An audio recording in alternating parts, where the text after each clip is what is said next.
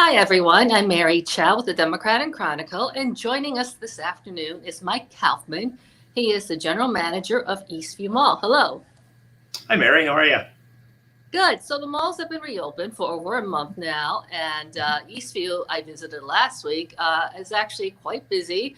We waited about 40 minutes to get into the Apple store, and the other stores nearby look pretty brisk. Tell us about how things are going. Yeah, it's been a really nice start. We opened up or reopened back on July 10th. So we've been open, I guess, about 5 weeks now. Uh, Business has been very good. We're not quite at the level we were at a year ago, but things have continued to build over the last 5 weeks. People seem to be getting more and more comfortable when they come into the mall. Our retailers are doing a great job welcoming customers, making sure that all of their protocols are in place. So yeah, it's been a really good start for us. What can people expect when they come back to the mall? I noticed some changes. There's no more seating, and then the food court's not open. You have to wear masks. So, what are some of the protocols they should be aware of? Well, certainly the mask issue is one that's of utmost importance. We are monitoring that very closely, and I can tell you this: the compliance to the mask order has been very, very good. When we're running into an issue, it's maybe that somebody's walking through that doesn't have it pulled all the way up over their nose. So just wearing it, not so much having it, but just wearing it properly. You're correct in that the seating is closed off. However, we did get good news that we can partially reopen the food court today.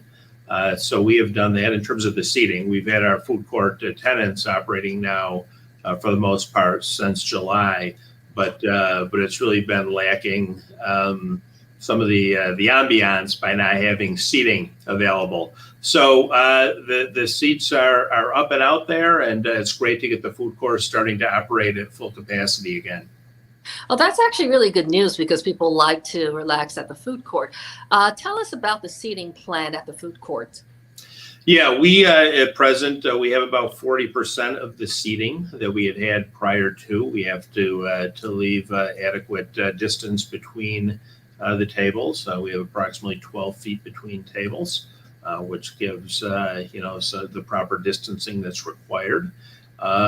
We have our cleaning protocols are all improved. The products we're using are the antiviral products that are effective against the COVID-19 virus.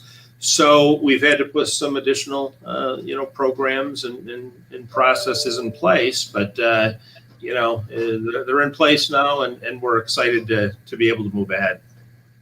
Lord and Taylor is closing. Any sneak peek as to what might happen to that space? No, not at the present time. We're not sure. We have not heard from them as to how long it's going to take for them to run their closing sale. When a tenant's in bankruptcy, we are, I guess, for lack of a better word, observers to see how things go. So we don't know. We don't know what the future of Lord and Taylor is, and what's going to be happening, assuming they do leave. So still a question mark. But we do know the future of the Sears space, which is going to be occupied by the new Dick's Sporting Goods store. When is that opening? And tell us a little bit. Yeah, the Dick's store is scheduled to open in the spring. They've told us that March right now is the date that they're talking. This store is spectacular. It's their state-of-the-art store. It's going to be the first one with this particular type of design. The look of it, the feel of the store is really quite amazing. And as an added feature on the outside, on the exterior of the building, they're going to have an outdoor turf field with stadium lighting where they can do demonstrations and probably some other types of events. So yeah, they've put a lot of effort, certainly a lot of money into this store, and it looks and is going to look spectacular. Great. Are there any new store openings that we can anticipate perhaps in fall or early spring? Yes, but at this point in time, we're still working on those. During the pandemic, a lot of the retailers really just wanted to sit back and kind of see how things developed with our existing stores. Now that it seems like certainly New York, anyways, is dealing with it well. We're starting to get some interest on the part of retailers in terms of coming into the market. So there's a lot of action that's being worked on right now. And, we're really excited about some of the things that look like they're coming together. Now, retail has really taken a hit with the pandemic shutdown. What is your hope for the future of indoor malls like Eastview? Yeah, you're right. I mean, most retailers are not equipped to be closed for 4 to 5 months and then just reopen, or a lot of them aren't anyways. We're very fortunate in the fact that, 90% of our stores have reopened. So we're very excited about that. But yeah, really the retail of the future is going to incorporate both brick and mortar stores along with an online presence. And it seems like 5 years ago plus, in a lot of cases, those two areas were kind of working parallel with each other. The retailers were having a hard time finding a way to integrate their brick and mortar with their online, and they've been getting better and better at that. They're finding ways to draw people into the stores.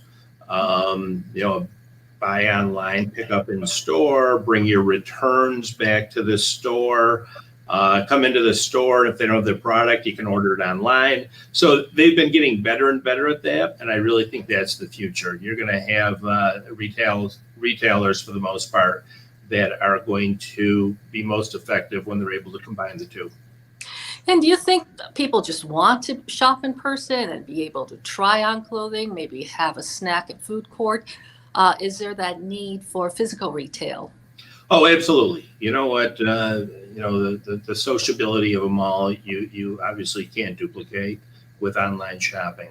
And that's why in our industry, you've been seeing a real move toward entertainment, toward food over the years. We took a little bit of a step back over the last 4 or 5 months with that because, so much of that is kind of based on interaction.